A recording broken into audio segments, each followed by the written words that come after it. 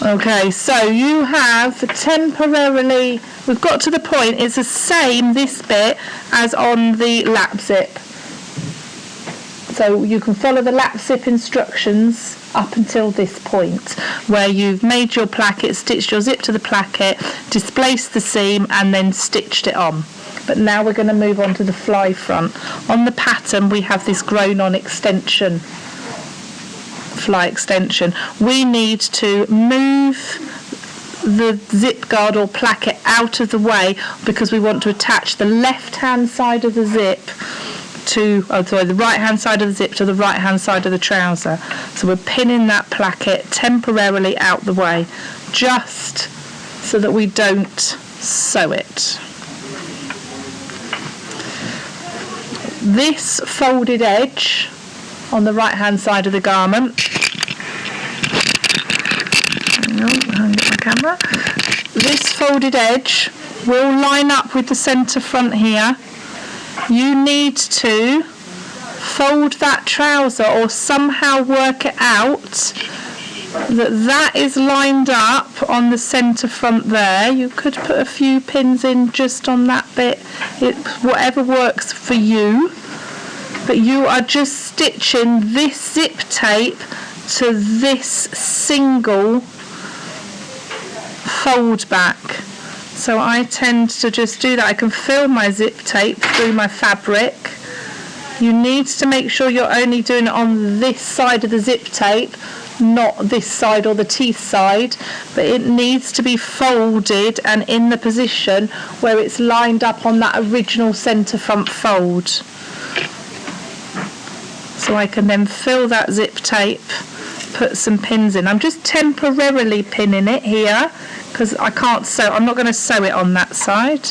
And the same, make sure it's laying. In fact, you probably should pin it from the bottom up so you don't get any twists or puckers or pokes at the bottom there. So if you have that laying nice and flat, and then you can feel and pin that onto the zip tape there and work your way up and making sure they're lined up at the top. And you're just pinning that single fly extension onto what will be the right hand side of the zip. Now I've temporarily pinned that, and now you could sew it that way round if you're confident working blind with a zip foot, but I tend to just re-pin this because I like to see the teeth. I'm going to do 2 rows of stitching. So I will do a row of pins here, and then once I've got that pinned in position, I can then remove my temporary pins. Again, this is a bit of a pest at the top, don't worry too much. The first row of stitching is just going to be on the edge here, and then I'm going to do a second row of stitching nearer.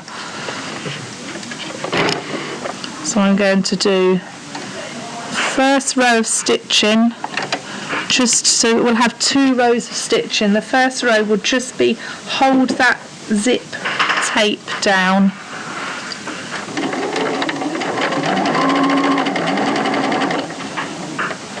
Okay, so that will hold that down. I'm just sewing, don't stab yourself, through that zip and that single fly extension. Make sure it's laying nice and flat.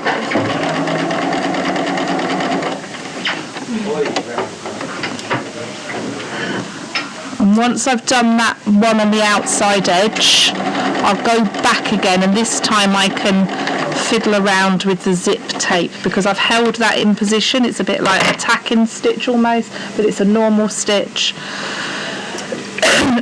Now I can see it from this side how it's going to be and how it's going to fold, but the reason I do 2 rows of stitching is that's too baggy, pulls out too far, so I need to hold it a bit nearer the zip tape, the zip teeth, not too near, okay, but just a little bit nearer. Then you do your normal, do it up part way.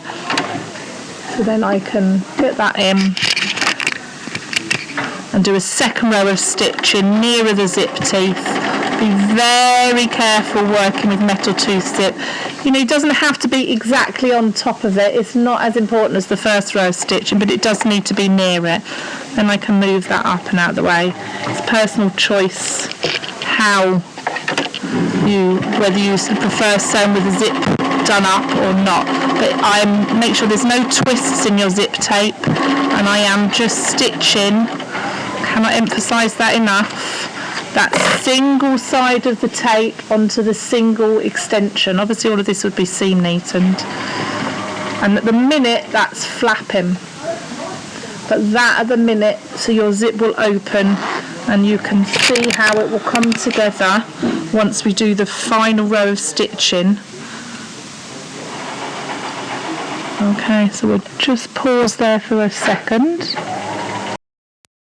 Right, so once you've done that and that's all sewn together on there, now the last bit, this is flapping.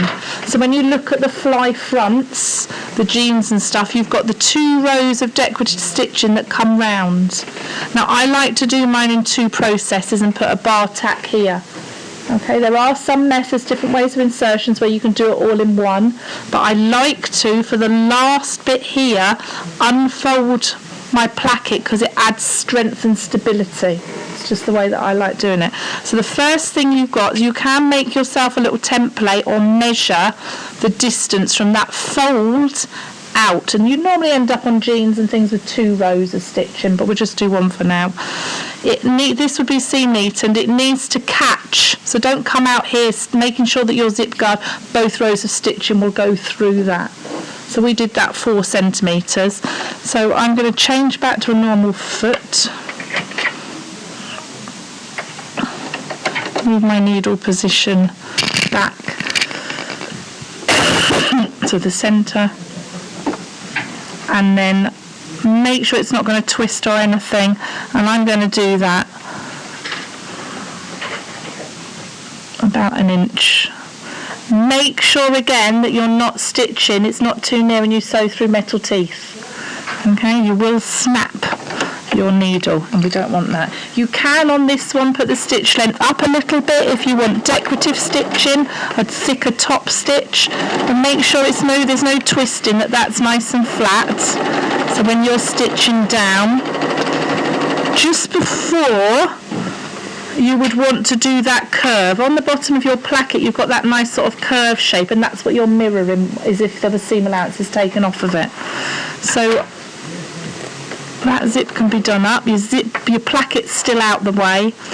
Alright, I'm going to get down to about 1 inch up from the end to here, and then I'm going to stop. And then you're measuring that distance. I mean, you can do it by eye.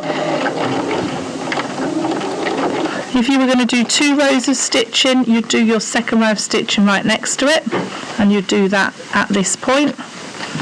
May as well do that, hadn't we? Get it done properly and nicely. So the next one, line them up. So you've got 2 rows of stitching, because we're mimicking the jeans. Make sure nothing's caught underneath. This one you might want to come round a little bit further, just because we're going to start curving it. Just a couple of stitches. Okay, so I've just come round a little bit more. Now, once we've done that, we can unpin that placket and free it. Okay, so we're unpinning the placket and freeing it back so it will lay nice and flat. And what you want to do is make sure that there's no pucker here, that's all nice.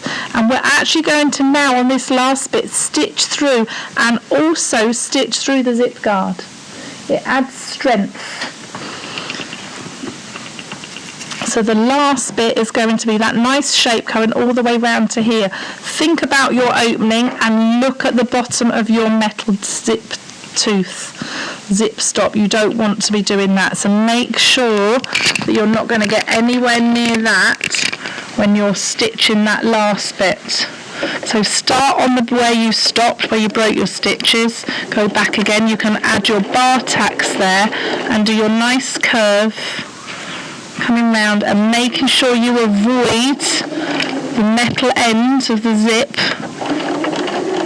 You can go down a few stitches, stitch in the ditch almost, and then just pivot it back round again, or break your stitches and go back. It doesn't matter. Jeans also quite often have top stitching on that rise for strength, so you can do that as well.